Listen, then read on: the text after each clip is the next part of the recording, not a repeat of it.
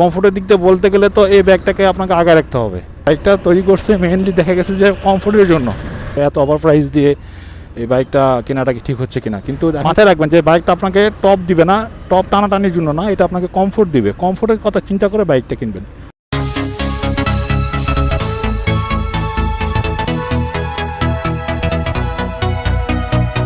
বাইকটা আমার first service, তো ফার্স্ট সার্ভিসটা আমি মিস করে ফেলছিলাম, যেহেতু 1000 অথবা 1 মাস যেটা আগে আসে এর ভিতরে ফার্স্ট সার্ভিসটা করানোর কথা।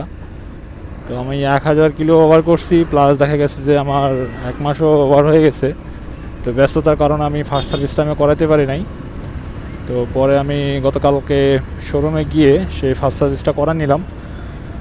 তো ফার্স্ট সার্ভিসটা করানোর সময় আমার সার্ভিস যে বুকটা ছিল, তো সার্ভিস বুকটা আমি নিয়ে যাই নাই, এই জন্য ওনারা বলছিলেন যে আজকে বা আগামীকালকে গিয়ে সার্ভিস বুকটা দিলে ওনারা ওখানে আবার এন্ট্রি করে দিবে। তো আজকে আরেকটা বিষয় নিয়ে আলোচনা করব, সেটা হচ্ছে এই এফজেডএস ডিলাক্সটা। এটা নিয়ে রিসেন্টলি আমার মানে একটা ভিডিওতে কমেন্টে খুব ছড়াছড়ি অবস্থা।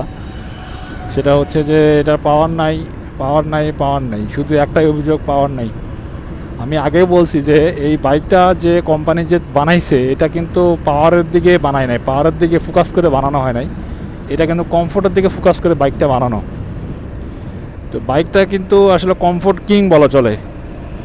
যত বাইকই আছে আপনি দেখেন, যত হায়ার সিসি বাইক আছে প্রত্যেকটা বাইকেরই কিন্তু অ্যাডভান্টেজ এবং ডিসঅ্যাডভান্টেজ আছে। সেম এই ব্যাগটাতেও আছে। এই ব্যাগটাতে আপনি শুধু পাওয়ারটা কম, স্যার আপনি কোনো জিনিসটা মানে আপনি কোনো কিছু আপনি আর বলতে পারবেন না যে বাইকটাতে কমতি আছে। আমি মোটামুটি আমি সবগুলো বাইকে আমি চালাইছি, সবগুলো বাইক সম্পর্কে আমার আইডিয়া আছে।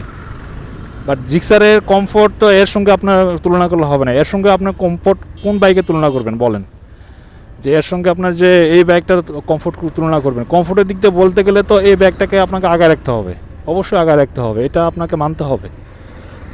আর Yamaha brand, Yamaha bike, FZS deluxe, এগুলো আমার কোনো বাইক না। আমি সবগুলো বাইকই চালাইছি, সবই আমার বাইক। যে কোম্পানি আমাকে সুযোগ সুবিধা দিবে আমি সেই কোম্পানিকে আমি প্রিফার করব। কারণ দেখা গেছে যে যখন আমি R15 V3টা যখন সেল দিলাম, তখন তো আমি পাওয়ারের কথা চিন্তা করি নাই, চিন্তা করছি যে কমফোর্টটা আগে। আমি কমফোর্টের কথা চিন্তা করে কিন্তু আমার R15 V3টা সেল দিছি। R15 V3টা কি আপনার ইয়ে ছিল, মানে ওটা কি কমফোর্ট কিং ছিল না কমফোর্ট ছিল না কী ছিল বলেন? ওটা চালালে আমার এমনিতেই দেখা গেছে যে আমার এই রিস্ট ব্যথা করে, ব্যাক পেইন হয় হালকা।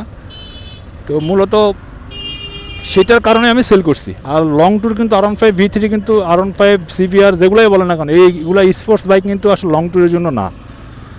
আমাদের দেশে দেখা গেছে যে আমাদের একটাই বাইক, আমরা একটাই বাইকই চালাই সবসময়। কারণ R15 V3 CBR এগুলো কিন্তু সব কিন্তু ট্র্যাকের বাইক, এগুলো কিন্তু শর্ট রেঞ্জের বাইক। এগুলো নিয়ে কিন্তু আসলে ট্যুর করার বাইক না এগুলো। আপনি MT-15 বলেন, এগুলো নিয়ে আপনি ট্যুর করতে পারবেন। দেখা গেছে যে এফজেডএস ডিলাক্সটা নিয়েও কিন্তু সবাই কিন্তু ট্যুর করতেছে। লং ট্যুরের জন্য আপনার এই বাইকটা খুব বেটার পারফরমেন্স দিবে। আমি লং ট্যুর আমি R15 V3 আমি করছি, বাট ওইটাতে দেখা গেছে যে আমার 480 কিলোমিটার রাস্তা যাইতে আমার হাতের একদম মানে 12টা বেজে গেছে।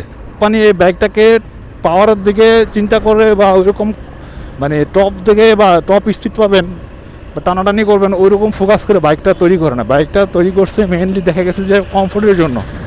একটা কোম্পানিতে সব ধরনের বাইক আছে, আপনি যদি কমফোর্ট চান কমফোর্টের জন্য এই বাইক, যদি আপনি পাওয়ার টর্ক এগুলো চান তার জন্য একটা বাইক।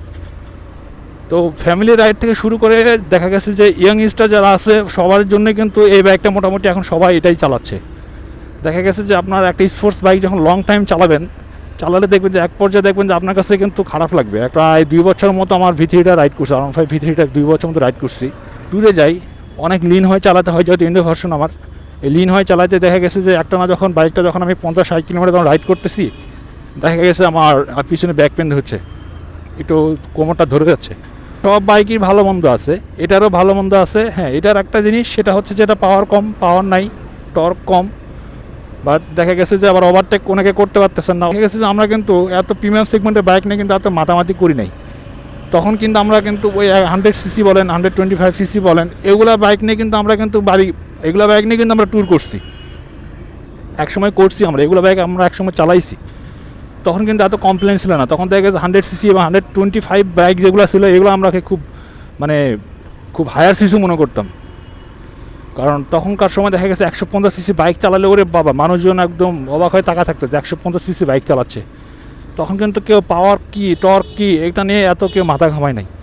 কিন্তু এখনকার সময়ে এসে দেখা গেছে যে এই পাওয়ার টর্ক নিয়ে আমরা খুব মাতামাতি করতেছি। বাইক পাওয়ার নাই, টর্ক নাই, এগুলো নিয়ে মাতামাতি করতেছি। কিন্তু আগে তো আমরা এগুলো ছাড়াই তো আমরা বাইক রাইড করছি। এগুলো ছাড়াই দেখা গেছে যে ডায়াং 80 বলেন, তারপরে দেখা গেছে আরও এই ডিসকভার 100 সিসি, এগুলো নিয়ে কিন্তু আমরা গাড়ি ঘোড়ায় ওভারটেক করছি, করি নাই? অবশ্যই করছি। যারা বাইক চালাইছেন আজ থেকে আরও দেখা গেছে যে 10 বছর আগে, তারা এগুলো বাইক নিয়ে কিন্তু ওভারটেক করছে, ওভারটেকিং করছে। এগুলো বাইক কি মোস্ট পাওয়ারফুল ছিল এক সময়? না, তখনকার সময় পাওয়ারফুল বাইক ছিল, বাট এখনকার সময় দেখা গেছে যে যুগের সাথে মিলাইতে গেলে হয়তো আমরা পিছিয়ে থাকবো, এই আর কি। কিন্তু বাইকটা মূলত দেখা গেছে যে আপনার যে কমফোর্টের কথা চিন্তা করলে আপনাকে এই বাইকটার কথা ভাবতে হবে, একবার হলেও অন্তত ভাবতে হবে। এর জন্য কোম্পানি যে বাইকটাকে যখন বানাইছে এটা কমফোর্টের দিকে ফোকাস করছে, এটা আপনাকে টপের বা টপ টানাটানির জন্য এগুলো দিয়ে ফোকাস করে নাই। আপনার টানাটানি করার যদি শখ থাকে আপনি অন্য বাইক নেন।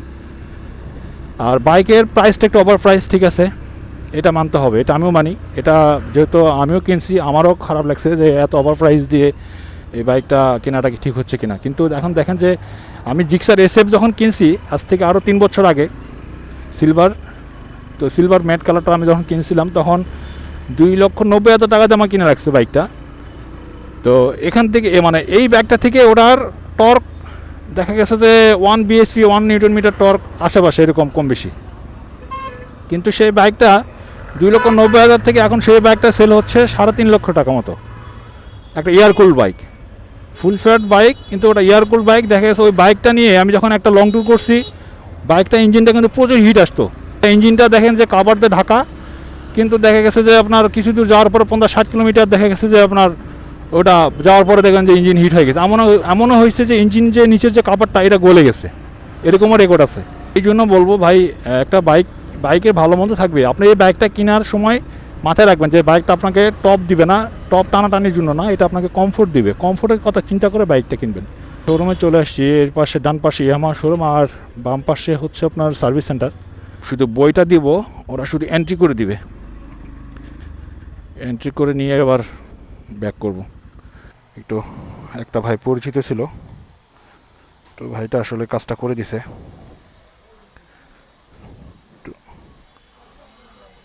দেখি,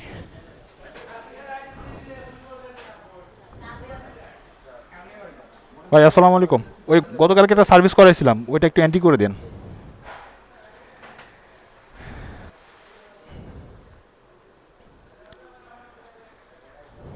ওই ফাহাদ নামে একটা সার্ভিস করাইছিলাম গতকালকে, আজকে দেখানোর কথা ছিল এটা।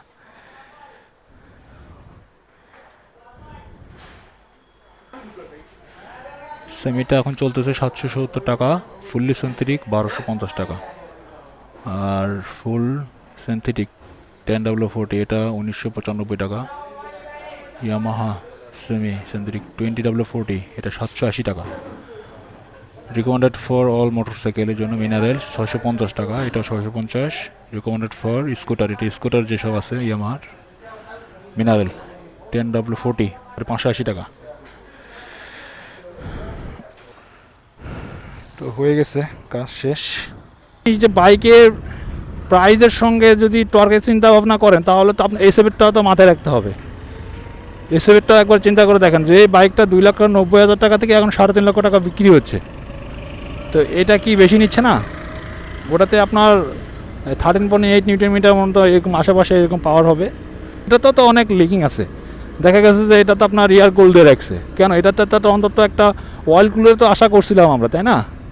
বাইকটা দিয়ে দেখেন যে আপনার একটু লং ট্যুরে যান, লং ট্যুরে গেলে বুঝবেন যে এটার জ্বালাটা কত, হিট কেমন আসে ইঞ্জিন থেকে। একটা এয়ার কুল বাইকের ইঞ্জিন থাকবে খোলামেলা থাকবে, ঠিক আছে, ওটাতে অয়েল কুল দেয় নাই। ইঞ্জিনটা তো অন্তত বাতাসটা যাতে পর্যাপ্ত বাতাস পায়, বাতাসে যাতে ঠান্ডা হবে ইঞ্জিনটা, তার একটা তো ব্যবস্থা করা, তাই না?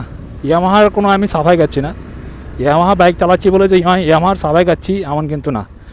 এই বাইকটা আসলে কমফোর্টের কথা চিন্তা করে আমি বাইকটা কিনছি। যদি আমি পাওয়ারের টর্কের কথা চিন্তা করতাম তাহলে তো আমি আসলে R15 V3 সেল দিতাম না।